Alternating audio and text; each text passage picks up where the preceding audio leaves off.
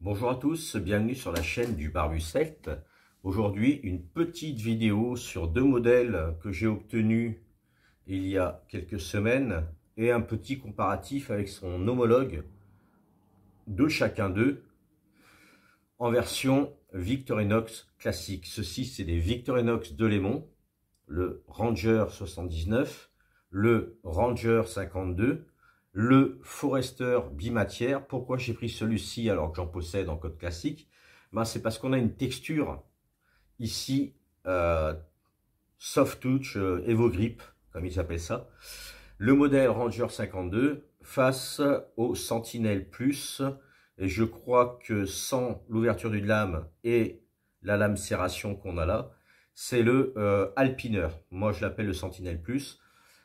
Juste à savoir avant de commencer la revue, ces deux modèles là, le Forester et le Solo Plus, n'ont pas de cure-dent ni de Bruxelles. Le choix est voulu par rapport aux côtes. Voilà. Donc c'est parti, hein. On va se faire ça à l'ancienne. On va essayer de cadrer ça à peu près correct. Voilà, on est pas mal. J'espère que vous allez bien. Écoutez, moi ça va. Voilà. Donc le modèle Ranger 79, le voici. Donc il a le défaut ultime chez les anciennement Wenger, c'est qu'ici on a un petit ricasso de 1 cm qui n'est pas agréable du tout. Il est même à plus d'1 centimètre, il est à 1,8 cm à peu près, ce qui est assez conséquent. Et pour une longueur de lame coupante de 8 cm 5. Voilà. Donc ici on a quasiment 2 cm, on va dire 1,8 cm.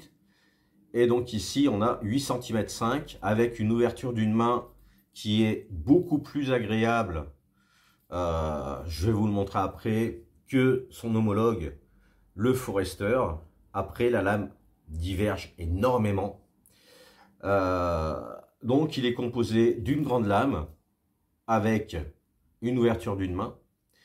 Il existe en Ranger 55 wood ou pas wood, c'est juste une lame lisse comme celle-ci. Voilà. Donc il est composé du tire-bouchon à 5 stries, c'est pas négligeable. Un poinçon de chez Victorinox, l'ancien c'était juste de quoi percer le cuir, et encore c'était arrondi. On a l'anneau. Si on retourne ici, on a le cure-dent et la Bruxelles. Je trouve ça génial de les avoir mis du même côté. À savoir que sur les Wenger, c'était voilà, c'était moyen, je trouvais, moi. On a également le fameux ouvre-boîte avec tournevis qui se trouve au cul du couteau. Mais ça, j'en ai parlé dans une autre vidéo. Alors que sur le Forester ou autre couteau, il est à l'avant. Ça pose aucun souci. On va quand même tester la prise en main après. On a une scie. Alors, on va déjà ranger la lame. Et pour la lame, c'est un système de liner lock qui est en fait, comme vous pouvez voir ici, si je fais un petit putsch, ça décale le liner et on ferme la lame. On a également ici le décapsuleur tournevis plat plus dénudeur de fil, ou alors on peut tordre les fils avec. Il fait 0,6 mm, voilà, avec un système de blocage en appuyant. Hop, qu'est-ce que j'ai de beau pour appuyer, j'ai ça.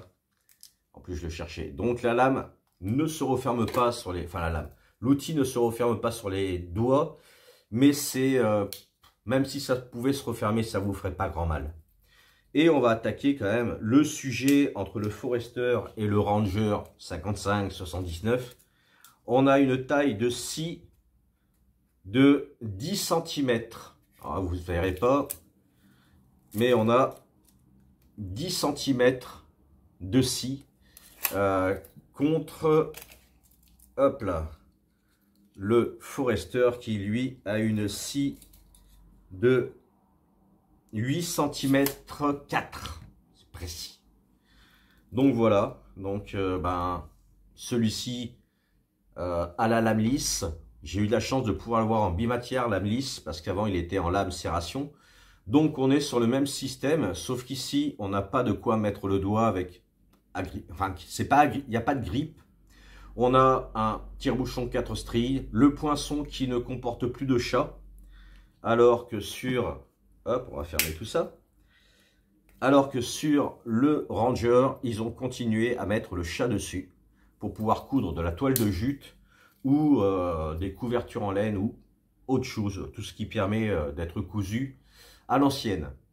Donc le Forester, j'ai déjà présenté, donc les deux outils, l'ouvre-boîte à l'avant, c'est le même. Ici, on a un système de liner lock avec, et voilà, avec un tournevis d'une largeur de, on n'est pas tant que ça, on est à 8. Et donc, la scie, on va la fermer, on a dit la différence. Et donc, il reste bloqué à 90 aussi, ce qui permet d'avoir plus de force. Et surtout ici, une sécurité avec un double liner inversé pour la lame. Et donc, pour la lame, on a une longueur de lame de, en partant bien du tranchant, on est à 7 cm 9. Contre eux, on va revoir ça, 7 cm 9 au niveau du tranchant. Je ne parle pas du ricasso ou autre. 8 cm. Ouais, 8 cm 6. Voilà. Bon, il n'y a quasiment aucune différence. Hein. On a à peine 6 mm d'écart. Et si on met vraiment en côté tranchant, pour ça que j'ai remonté volontairement, voilà ce que ça donne. Après, on n'aime pas l'ouverture d'une main chez Victorinox, les modèles classiques, tout simplement parce que là, ça se prend dans les deux doigts.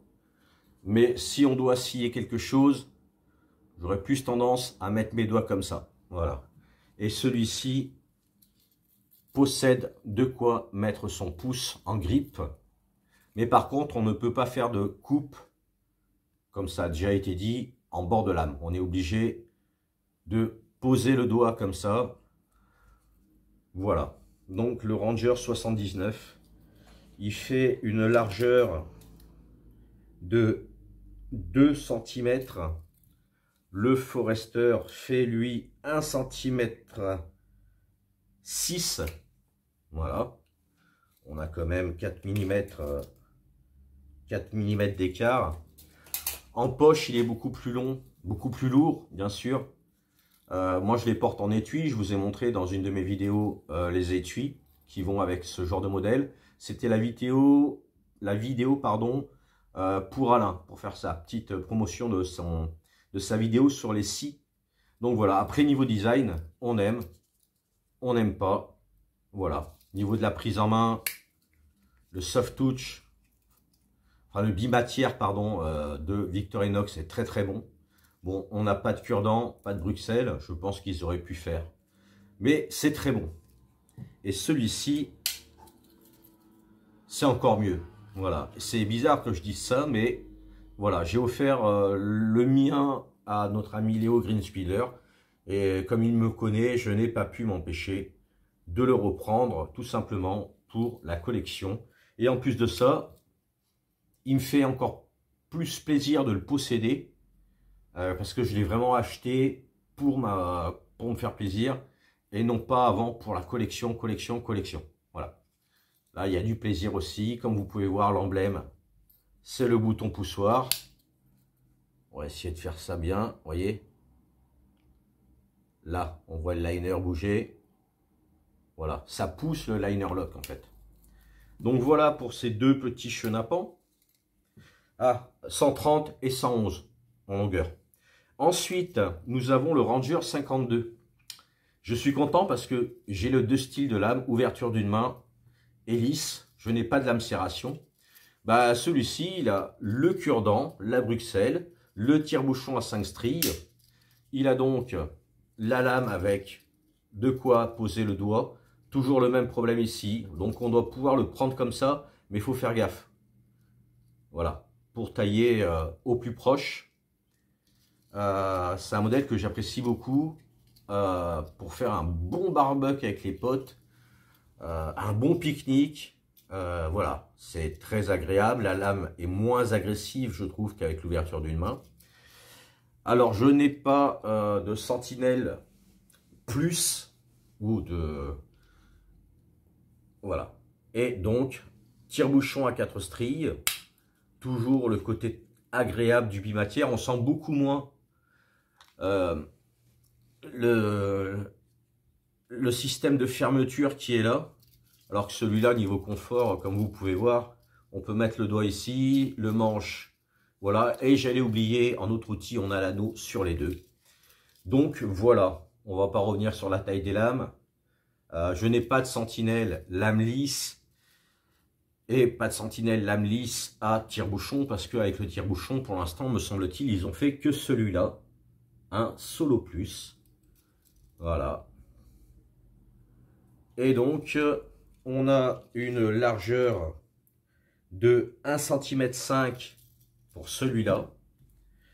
Et on a ici 9 mm. Voilà.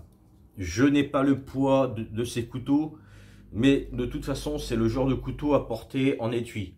Celui-ci, en fond de poche, tiendra très bien. Celui-ci sera un peu plus long. On a quand même un 111 ou 130. Mais il peut quand même se glisser dans une poche. Moi, je préfère un étui. Voilà, ça évite de le perdre. Voilà, qui tombe de la poche parce que X ou Y raison. Moi, j'ai des pantalons velours avec... une poche qui me met la main jusque là, donc c'est suffisamment la poche est suffisamment profonde et en plus la forme n'est pas une forme comme ça, c'est vraiment une forme de poche qui permet justement de mettre des choses dedans et quand on s'assoit ça reste dans la poche. Voilà, donc petite vidéo courte pour présenter le Ranger 79 que je trouve vraiment très très beau. Je mettrai une photo ouverte, hein, bien sûr à la fin de la vidéo, et une photo fermée en début de vidéo. Et voilà le Ranger 55. Voilà, ben sur ce, ben, je vais vous souhaiter une bonne fin de journée. Je vous dis bisous, Kenavo, et puis prenez soin de vous.